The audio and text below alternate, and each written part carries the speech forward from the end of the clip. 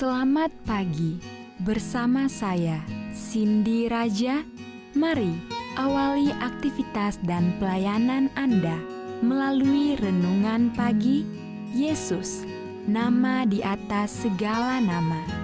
Yesus adalah Alfa dan Omega, pencipta langit dan bumi, pemberi setiap pemberian yang baik dan sempurna, dan pemikul beban besar kita.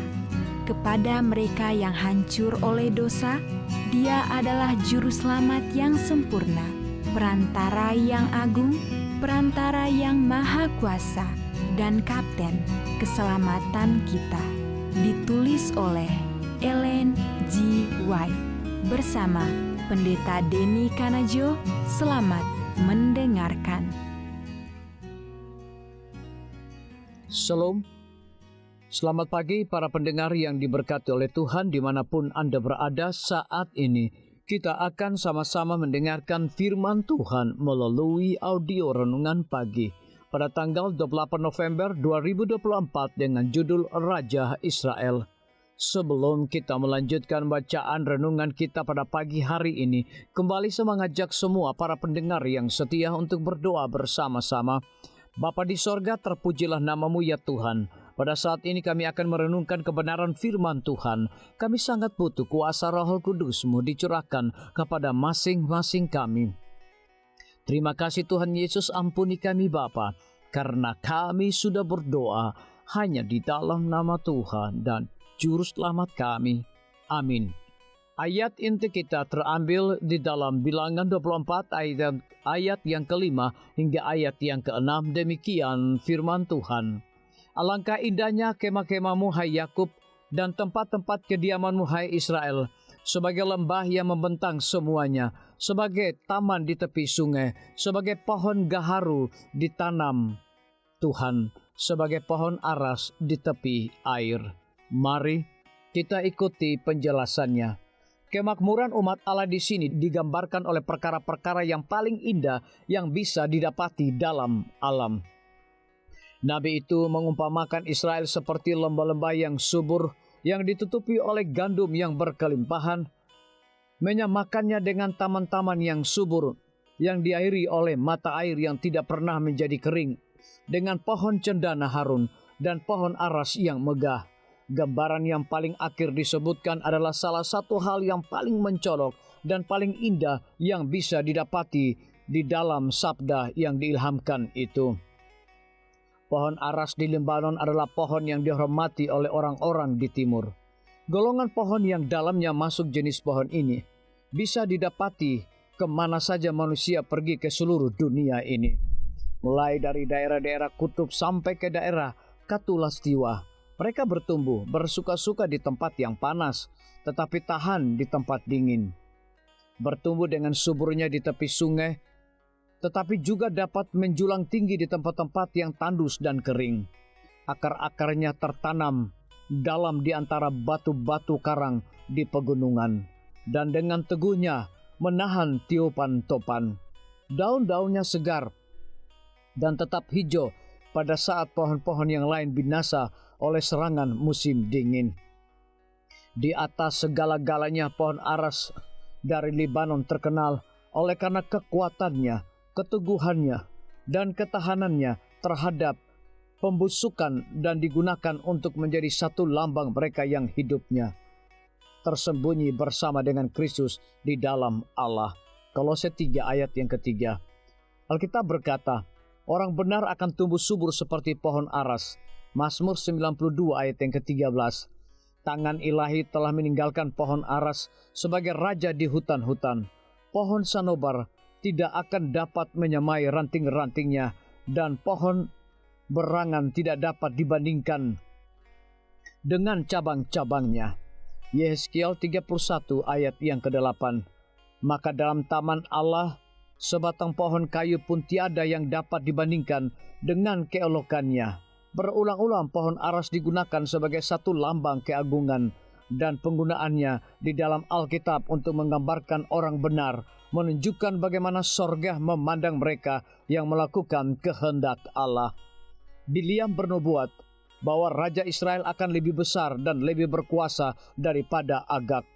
Ini adalah nama yang diberikan kepada raja-raja bangsa Amalek, yang pada waktu ini merupakan satu bangsa yang amat kuat. Tetapi Israel, jikalau setia kepada Allah, akan mengalahkan semua musuh-musuhnya.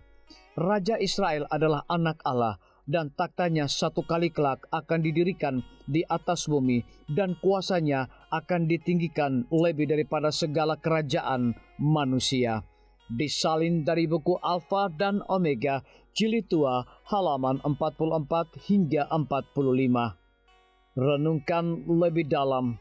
Pernahkah engkau memikirkan bagaimana dosa mencegah Yesus untuk menegakkan taktanya sebagai penguasa bumi yang sah? Kapankah pemerintahan Kristus akan ditegakkan kembali? Biarlah bacaan renungan kita saat ini akan menjadi berkat bagi kita semua. Kembali saya mengajak semua para pendengar yang setia untuk berdoa bersama-sama.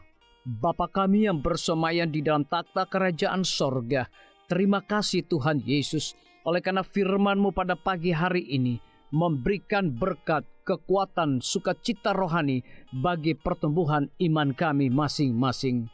Pada saat ini Tuhan, kembali hamba-Mu berdoa untuk pemerintah kami. Tuhan memberkati Bapak Presiden bersama Wakil Presiden, para menteri dan seluruh stafnya. Bapak Gubernur bersama wakil, Bapak Bupati bersama wakil, Bapak Wali Kota bersama wakil, camat dan seluruh stafnya, kepala desa, lurah, RT, RW, dimanapun mereka berada saat ini. Tuhan lindungi mereka, pelihara mereka, curahkan mereka hikmat pengetahuan sorga, kekuatan kesehatan, agar mereka dapat menjalankan roda pemerintahan boleh sesuai dengan amanah dan titah Tuhan sendiri. Tidak lupa juga kami menyerahkan pimpinan-pimpinan organisasi gerejawi Tuhan dari tingkat yang tertinggi sampai kepada seluruh gembala jemaat. Tuhan urapi mereka, Tuhan berkati mereka. Mereka sangat butuh kuasa Roh Kudus dalam pelayanan mereka setiap hari.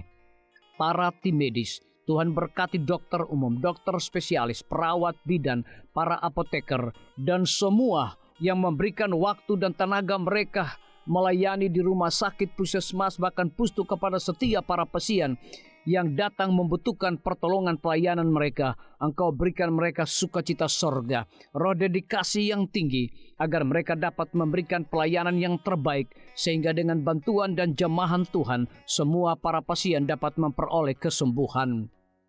Guru-guru, kepala sekolah, setiap siswa, mahasiswa, dosen, rektor di setiap lembaga pendidikan swasta maupun negeri, Tuhan urapi mereka agar mereka dapat mendidik setiap siswa maupun mahasiswa untuk memiliki nilai-nilai religius di dalam diri mereka masing-masing.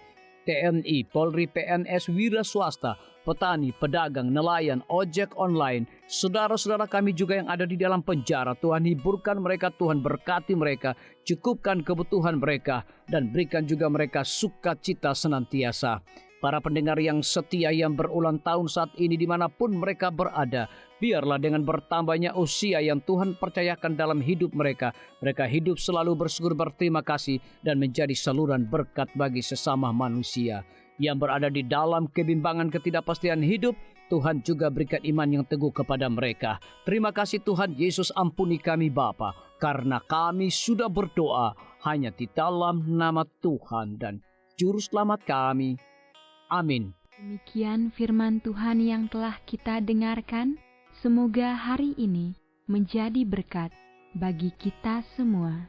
Sampai jumpa, Tuhan memberkati.